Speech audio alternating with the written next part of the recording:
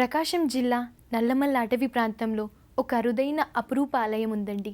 అది భైరవకోన శ్రీ త్రిముఖ దుర్గాంబ ఆలయం. అటవీ ప్రాంతం అందాల నడుమ శిల్ప సంపదతో శోభిల్లుతున్న ఆలయం. ఒకే రాతిపై 8 ఆలయాలు మలిచారండి. 5-6 శతాబ్దాలలో మలిచినట్లు పురావస్తు శాఖ తెలుపుతుంది. ఆ ఆలయం మీరే చూడండి. ప్రకాశం జిల్లా సిఎస్పురం మండలం అమ్మవరం గ్రామ సమీపాన భైరవకోన క్షేత్రం వెలసింది. ప్రకాశం జిల్లాకి వన్నె తెచ్చే శిల్ప సంపదతో శోభిల్లుతున్న క్షేత్రం భైరవకోన.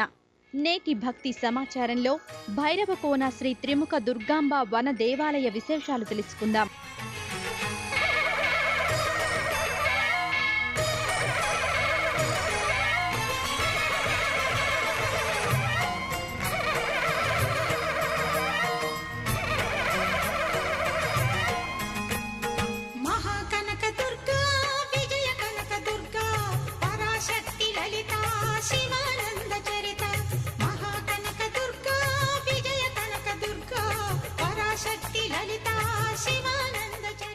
ప్రకాశం నెల్లూరు జిల్లా సరిహద్దులో నల్లమల అటవీ ప్రాంతంలో నెలకొని ఉన్న అరుదైన అపురూప ఆలయం భైరవకోన.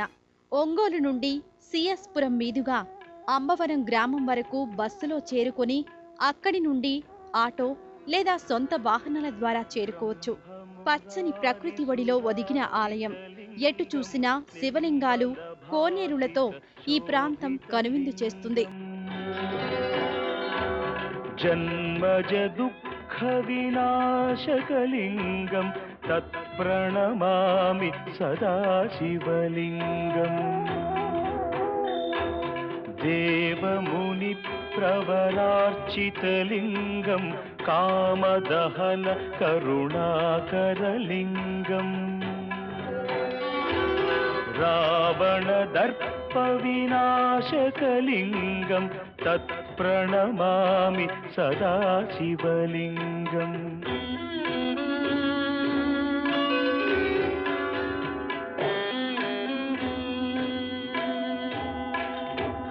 సర్వసుగంధసులేపితలింగం బుద్ధివివర్ధన కారణలింగం. సిద్ధసురాసుర వందితలింగం తత్ప్రణమామి సదాశివలింగం. కనకమహామణిభూషితలింగం ఫణిపతివేష్టిత శోభితలింగం.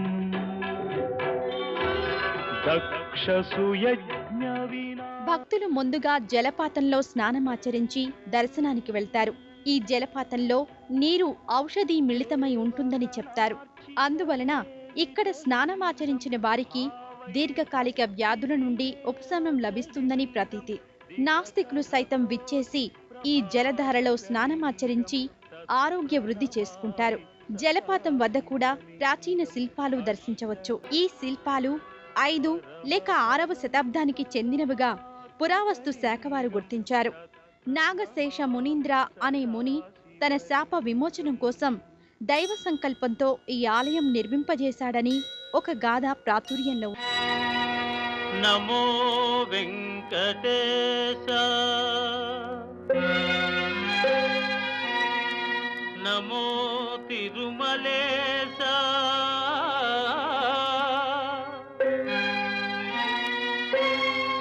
నమస్తే నమస్తే నమః. వైకుంఠనాథుడు వైకుంఠం వదిలి భక్తుల కోసం భూమిపై అవతరించాడు.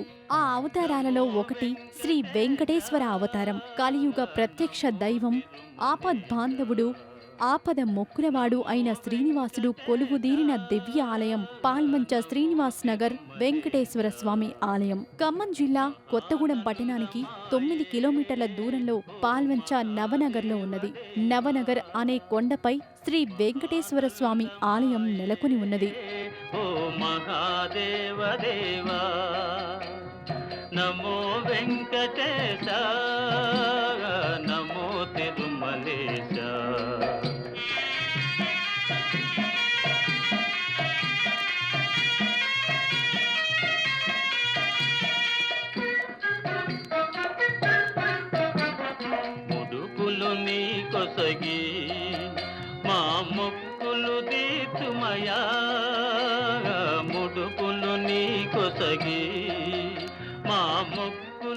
మెట్ల మార్గంలో కొండను అధిరోహించి ఆలయాన్ని సందర్శించవచ్చు.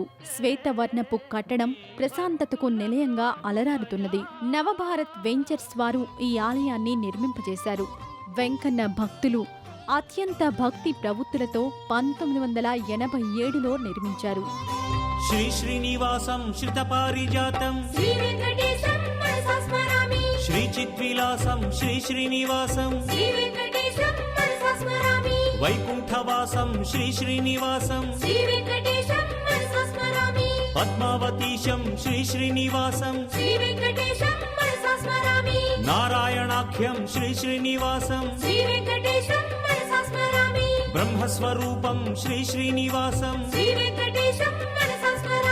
బ్రహ్మాండ దీపం శ్రీ శ్రీనివాసం బ్రహ్మేంద్ర వందితం శ్రీ శ్రీనివాసం శ్రీ శంకరార్చితం శ్రీ శ్రీనివాసం దేవాధిదేవం శ్రీ శ్రీనివాసం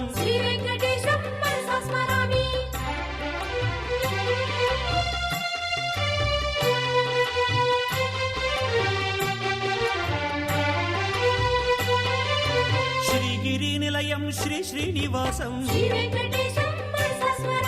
శేషాద్రివాసం శ్రీ శ్రీనివాసం గరుడాచలేశం శ్రీ శ్రీనివాసం వెంకటాద్రీశం శ్రీ శ్రీనివాసం నారాయణేశం శ్రీ శ్రీనివాసం వృషభాద్రివాసం శ్రీ శ్రీనివాసం వృషశైలవాసం శ్రీ శ్రీనివాసం సప్తాద్రివాసం శ్రీ శ్రీనివాసం ఆద్యంతరహితం శ్రీ శ్రీనివాసం ఆనంద నిలయం శ్రీ శ్రీనివాసం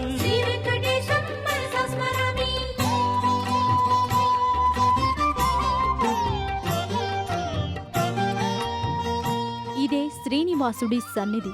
ఆర్చామూర్తిగా దర్శనమిచ్చే వెంకటేశ్వరుడు వేదనలు మటుమాయం చేసే దైవంగా నిత్య నీరాజనాలు అందుకుంటున్నాడు. ఈ ఆర్చామూర్తి సౌందర్య సౌలభ్యాది గుణ సంపదలను స్వామి వైభవాన్ని దర్శింపజేసి భక్తులను అలౌకిక ఆనందానికి లోను చేస్తుంది. ఈ మూర్తి యొక్క తేజ ప్రకాశము భక్తులపై ప్రసరించి సుఖ సంతోషములను కలుగుచేయునని శాస్త్రములు వెల్లడిస్తున్నవి. ఆలయంలో ఆగమోక్త ప్రకారం జరపబడు ఆరాధనాదుల మహోత్సవాల ప్రభావం చేత ఇలా జరుగుతుందని ప్రతీతి. స్వామిని దర్శిస్తే దుఃఖాలు బాధలు మటుమాయమైపోతాయని భక్తుల ప్రగాఢ విశ్వాసం.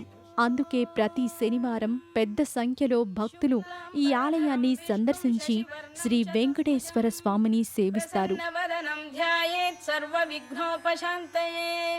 వ్యాసం వశిష్ఠనప్తారం శక్తేః పౌత్రమకల్మషం పరాశరాత్మజం వందే శుకతాతం తపోనిధిం వ్యాసాయ విష్ణురూపాయ వ్యాసరూపాయ విష్ణవే నమో వై బ్రహ్మనిధయే వాసిష్ఠాయ నమో నమః అవికారాయ శుద్ధాయ నిత్యాయ పరమాత్మనే సదైకరూపరూపాయ విష్ణవే సర్వజిష్ణవే యస్య స్మరణమాత్రేణ జన్మ సంసార బంధనాత్ విముచ్యతే నమస్తస్మై విష్ణవే ప్రభవిష్ణవే ఓం నమో విష్ణవే ప్రభవిష్ణవే.